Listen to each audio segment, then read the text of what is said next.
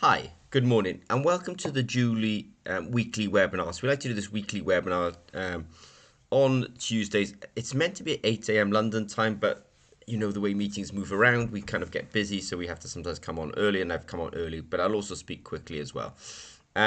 Really, this week, it's probably just worth knowing that, Djuli, which I will describe actually now, is really a online cloud data management system really tuned up for electrochemical data.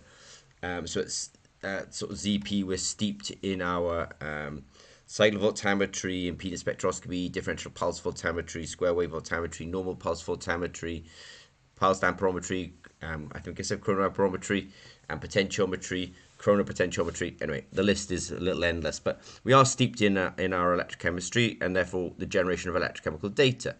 And Djuli really is the kind of repository that we use to actually store this data. But it's a little bit more than just store the data. We are actually visualizing the data.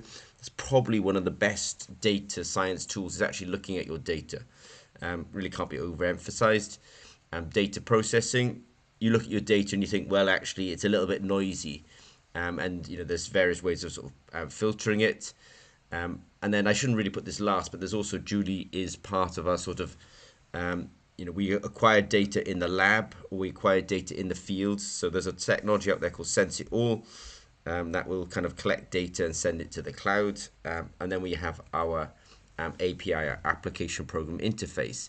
An API is really a way of really I would put it down to universities as well. Universities and businesses, but businesses are mostly driving this API, application program interface. It's the glue that sticks the modern world together. How you can pay for things online, how you can do contactless pay, etc. So we use API to make us interact with other people's cloud systems. So if you're a kind of a developer or an entrepreneur and or you have a laboratory management system and you want to bring data into your cloud, then the API is the right way about it. Djuli is also very powerful for us because we're international in terms of, there's many of us in many countries. The people gathering the data is not necessarily the same people as looking at the data, so we do have a way of collaborating and sharing data through Djuli as well, so it's kind of pretty good for that. There is a freemium and a premium version, so you can come in and try out Djuli as a freemium, you can upgrade to a premium. So I have done other material on this, I won't stay this. I do want to say that we do have a live webinar on Djuli. There's a couple of things I'll mention, 2 live webinars. There's one on the 9th of November. I've put a little link here and I'll make sure I put the link underneath the video as well.